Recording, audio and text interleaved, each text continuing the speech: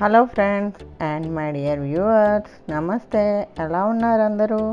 మనం దేవీ నవరాత్రులు జరుపుకుంటున్నాం కాబట్టి అందులో భాగంగా అమ్మవారికి సమర్పించుకునే నైవేద్యాల రెసిపీలు మన ఛానల్ ప్లేలిస్ట్ వీడియోలో అలానే పైన కార్డ్స్లో వదిలేస్తున్నాను, చూడగలరు.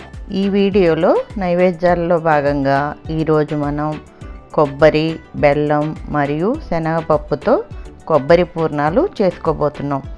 మరి ఎలా చేసుకోవాలో చూసేద్దామా?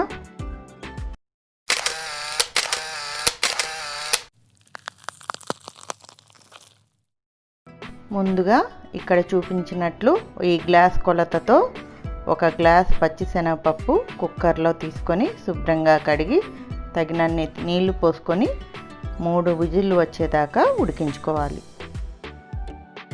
ఈ సమయంలో అదే గ్లాస్ కొలతతో ఒక గ్లాస్ బెల్లాన్ని కొద్దిగా నీరు పోసుకొని చిక్కగా కరిగించి పెట్టుకోవాలి. ఇక్కడ 3 విజిల్లు వచ్చాయి. ప్రెషర్ పూర్తిగా పోయిన తర్వాత చూడండి, పప్పు బాగా ఉడికింది.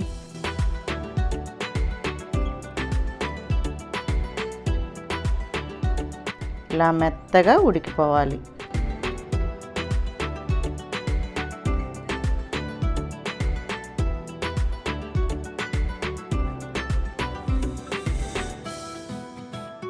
ఇదిగోండి, ముందుగా నేను ఒక పచ్చి కొబ్బరి చెక్కని మిక్సీ జార్లో వేసి గ్రైండ్ చేసి పెట్టుకున్నాను. ఈ మొత్తాన్ని పప్పు మిశ్రమంలో వేసి కలుపుకోవాలి. తర్వాత ఇందులోకి కరగబెట్టుకున్న బెల్లం పాకాన్ని వేసుకొని బాగా గట్టిపడే వరకు కలుపుకుంటూ ఉండాలి.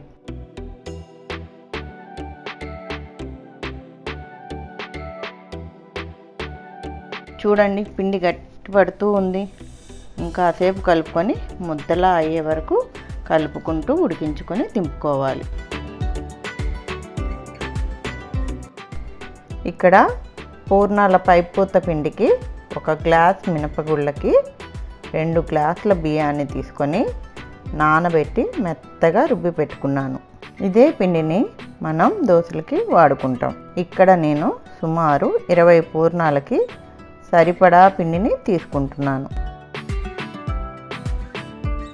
దీనిలోకి 1/2 స్పూన్ పంచదార, 1 స్పూన్ ఉప్పు వేసి బాగా కలుపుకొని ఈ పిండి మిశ్రమం ఇలా ఇడ్లీ పిండి జారుల్లా ఉండాలి.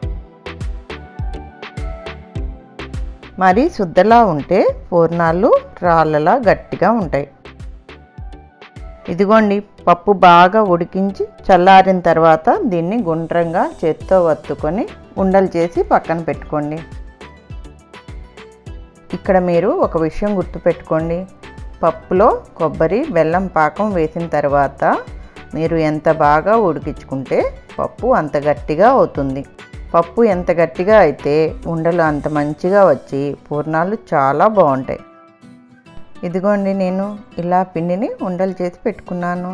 ఇప్పుడు ఒక లోతు కడాయిలో డీప్ ఫ్రైకి సరిపడా నూనె పోసుకొని నూనె కాగిన తర్వాత పూర్ణాన్ని పిండిలోకి తీసుకొని ఒకసారి ముంచి తీసి ఎక్స్ట్రాగా ఉన్న పిండిని ఒకసారి విదిలించి పిండి ఇలా జాగ్రత్తగా ఒకసారి గిన్నెకి ఆనించుకుంటూ నూనెలో వేసుకోండి.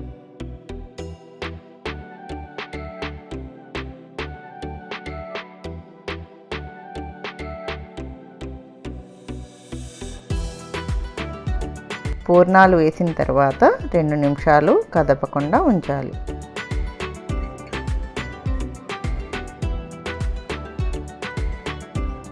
పూర్ణాలు హై ఫ్లేమ్ మీదే వేయించుకోవాలి. ఇవి కొద్దిగా కలర్ మారిన తర్వాత వాటిని తిప్పుకుంటూ అన్ని ప్రక్కల సమానంగా బ్రౌన్ కలర్ వచ్చేదాకా కాల్చుకోవాలి. చూడండి, ఇవి బాగా కాలినాయి. వీటిని ఒక పేపర్ పరిచిన ప్లేట్లోకి తీసుకొని దింపుకోవటమే. మిగతా పిండిని కూడా ఇదే పద్ధతిలో చేసుకోవటమే.